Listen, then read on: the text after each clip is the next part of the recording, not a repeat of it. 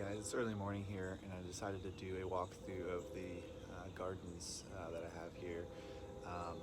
Some things are looking great, some things aren't looking great, so this is going to be just a little bit of an inventory and explanation of what I'm doing and what the plants are. Let's take a look. Okay, we'll move pretty quick here. These are just mainly house plants that I'm growing outside. We've got some Rex begonia, some peperomia that I got from a garden center that I used to work at. Some jade plants down here, pretty standard. This one's pretty cool. It's a philodendron brantianum. Fairly rare, but it's gonna spill over this and look really cool. Similarly, I've got string of hearts, which will also grow. If you like those plants with the kind of weeping look, those are really great. Black and bloom salvia. We'll get to the cool edible stuff soon, but this is one of the best plants for attracting hummingbirds.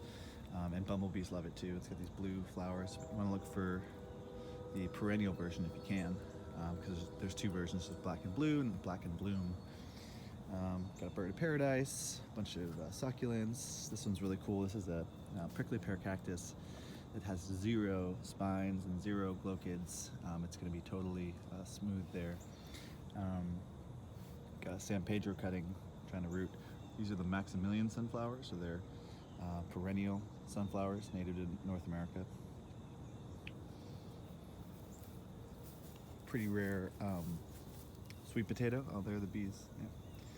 Pretty rare sweet potato here. This one's doesn't really have a variety name. It's called Asian greens, and it's made just for it was domesticated just for leaf production, not ornamental leaves, but edible leaf production. So it's not going to produce much of a tuber, but it produces crazy amounts of leaves that you can harvest, and they taste really good, and the texture's great. So Feijoa pineapple guava back there. Hasn't fruited yet in this climate, but it's doing well. Aronia, one of my favorite fruit shrubs that I have. I've got several videos on it. I'm kind of clearing this area out. It's kind of got overgrown. I got some taro that I was just experimenting with. Along this west side of my house, I planted some things to kind of hopefully compete with the weeds next year. They're not doing too great yet. Weeds are taking over. More of that prickly pear cacti that are completely spineless. Probably the Opuntia ficus alata, or something along those lines. And then some passion flower that I'm gonna trellis, and that's gonna be a big weed competitor, which I'm looking forward to. Yeah, there are all the weeds. So euphorbia cactus. I think it's like the try something or tetra something. Well, this has 3 edges, so it's trisoma or something. And another prickly pear. This one does have spines. It's the one that's native to the southeast. I think it's Opuntia humifusa.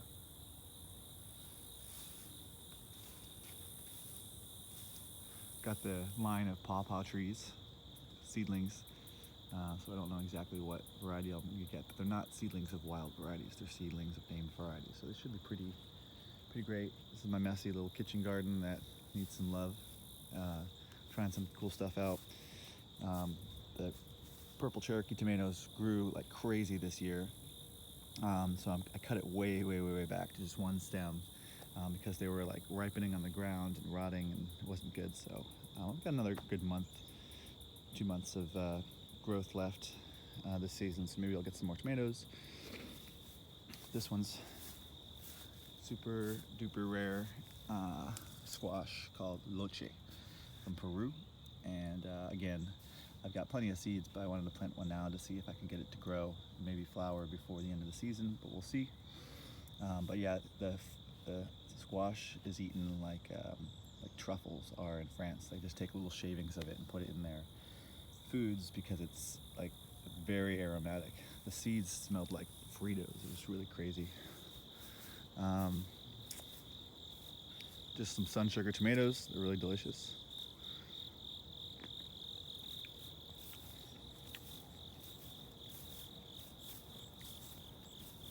These look like little black walnut trees, but actually they are tuna sinensis. and the young leaves are eaten as a vegetable. They taste like garlic and onions. It's kind of weird, but it's really nice to have a perennial vegetable that tastes like that.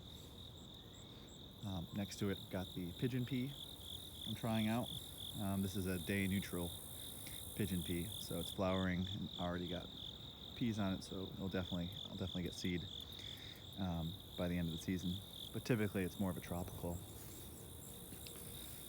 Passion flower is growing back. I had to cut that down, but we'll see some in a second, some flowering ones.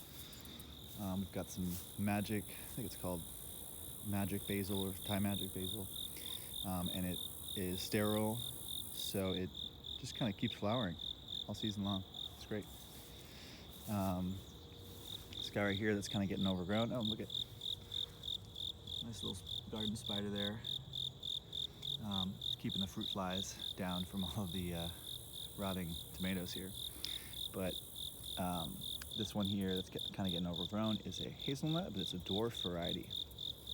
So I kind of just thought it was cool, so I planted it, and I also needed a pollinator for my other hazelnuts. Just some weedy tomatoes and peppers. Peach tree that I grafted. You can see the graft down here. A pretty remarkable change in the trunk there. But grafting's pretty amazing. You can see the passion flowers are starting to open up for the day. And probably 10-20 minutes they'll be completely open. But when they're open, I'm trying to see if I can find an open one. They're really beautiful. And as you can see, I have them trained up this fig tree here. But I might be removing the fig tree because it's not producing a lot. This is a white mulberry that I grafted. I grafted from a tree in Connecticut near my parents' house. And they took the tree out. So this is the only remaining bit of that tree left. Or maybe there are other trees out there with the same genetics. But I've got the akebia vine growing up it. Oh yeah, there was some akebia planted on the fence.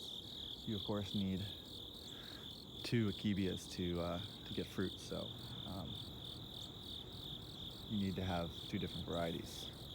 Same thing with the kiwi here, and I only have 1 variety kiwi, but when I get the second variety, I'll be all set. Hopefully this is a female, because you need 1 male, 1 female. Blueberries, kind of planted along this row, and some plums I'm looking to take out because they're not. I was really disappointed. I planted plums 5 years ago, and none of them even produce any fruit, so taking them all out. Now we got some aronia. These are seedlings that I planted. You'll see a lot of those planted by seed maybe 4 years ago, and so hopefully I'll get fruit off of them next year, and I can see if there are any ones that are particularly good quality. Back there in the mess is all my greenhouse that I'm trying to build. But in the foreground you got elderberry. This is a type of asparagus. It's supposed to, I got from Oikos tree crops. I get a lot of stuff from them. But this variety is supposed to kind of be really almost aggressive, and which is good. I want like aggressive asparagus and have plenty of it. But you know, it's kind of just stayed pretty chill actually. Hasn't really spread as vigorously as I thought, so oh well. We got some mountain mint behind it. We'll see more mountain mint. Pycnanthium, really good pollinator attractor. Okay, we've got an apricot tree, and again, I've got the akebia vine growing up it. And it's fine to grow vines up your trees. You just want to make sure that it doesn't overtake it and hurt the tree. Again, the apricot hasn't fruited for me yet either, so I might be taking that out as well. It's a tricky climate, although it really comes down to variety, because I have other friends who can grow plums. Great, they use the methyl variety of plums and produces phenomenally. Got some more bee balm right here, a lot of weeds, some aronia, more aronia, some pink lemonade blueberry that's doing okay. This one's really cool. This is a chiltepin, which comes from kind of southwest U.S., but it's the only pepper that is native to parts of the U.S. So I'll have some little bird's eye peppers that are very spicy later. Shiso is really cool. If you plant shiso once, like I did, you'll have it basically forever. Kind of self-seeds, it comes back. It's really high in omega-3s. They're good for you. It's used a lot in Asian cooking. It's also called perilla, the wild varieties. Just planting some okra just for the heck of it. This is some red hibiscus. Yeah, it's got edible leaves, kind of tastes like sorrel basically. Pretty tasty. Underneath I got an edible leaf mulberry.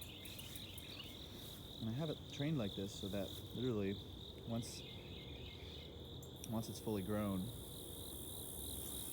I can just bend down, pick up some of the leaves, chop it off maybe right here.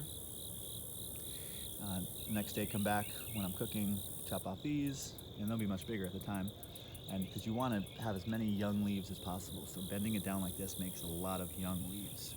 So I've got it trained this way so I can harvest the leaves as often as possible.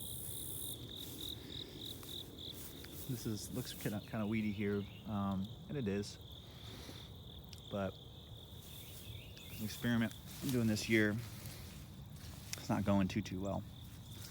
So this is edible leaf goji berry, or wide leaf goji berry, because the regular leaves are edible too, but as you can see, the genetics of these have very wide leaves, the size of baby spinach, which is great.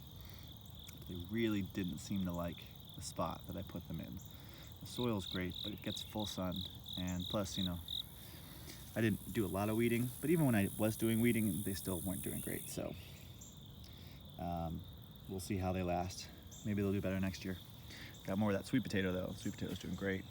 Chaya, which is a tropical perennial vegetable. You have to cook it though, it has some cyanide in the leaves, but once you cook it, it's totally fine to eat. Very, very nutritious, very important food source for people all over the world. But most likely won't survive the winter here. You can see the flowering garlic chives popping off. Again, another one of those plants that are really great for pollinators. Pollinators love it. And also it's great food for colder months. This is just regular spearmint. I got this from my grandmother's house. It's one of the first herbs that I ever smelled. Probably, I don't know if it's growing many other places, so I probably should make sure this one stays pretty happy. But I think it's important to include plants in your garden that you have a history with, if you can take cuttings or propagate. Some nice lamb's quarters growing as a weed, but it's a really good edible plant. This one that's kind of covered in vines is the Japanese cherry. It's pretty good actually. Nanking cherry is growing really great, but it doesn't have a pollination partner. So I need to get one. Some more aronia. This area kind of got away from me this year. That's why it's overgrown. More mountain mints. This is a running Juneberry. Hopefully I'll get some fruit from next year. Kind of spreads low to the ground. It's a service berry. Is another name for it. More mountain mints. There's blueberries back here. These big tall stalks are sunchokes, Jerusalem artichokes. This is all like brush and some boysenberry and black raspberry back there, and privet, things I didn't plant too. Some more pawpaws in the foreground. Behind me is the hazelnut. We'll go check to see if some hazelnuts are on it. But yeah, I mean, I'm kind of redesigning this area to make it a little bit more intentional.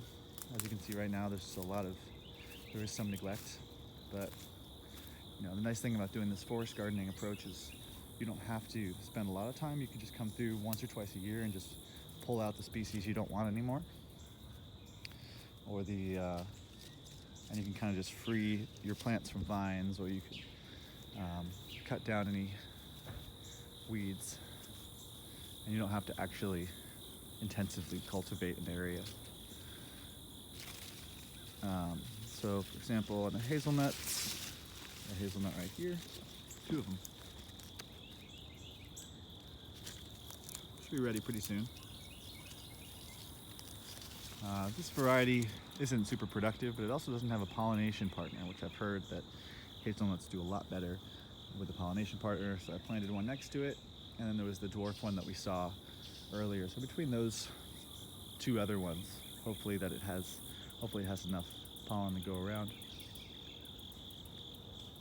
Let's see, last but not least, let's take a walk up front.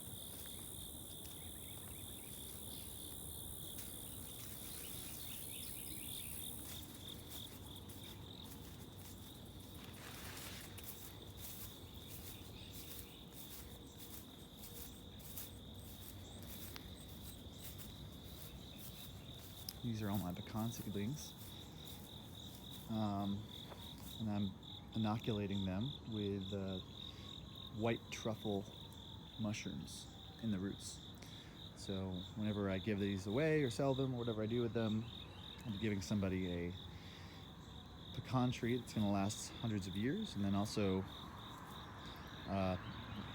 white truffle mushrooms. Tuber leonii is the name of the type of mushroom. Anyway, so I've got some videos on that, by the way. So that's the tour. Hope you learned something. Oh, and here's the other large leaf goji berry that we saw before. It's much, much, much, much happier here in the shade. So that's what I learned this year. All right, thanks for watching, guys. Hit subscribe if you want to see some more videos like this in the future.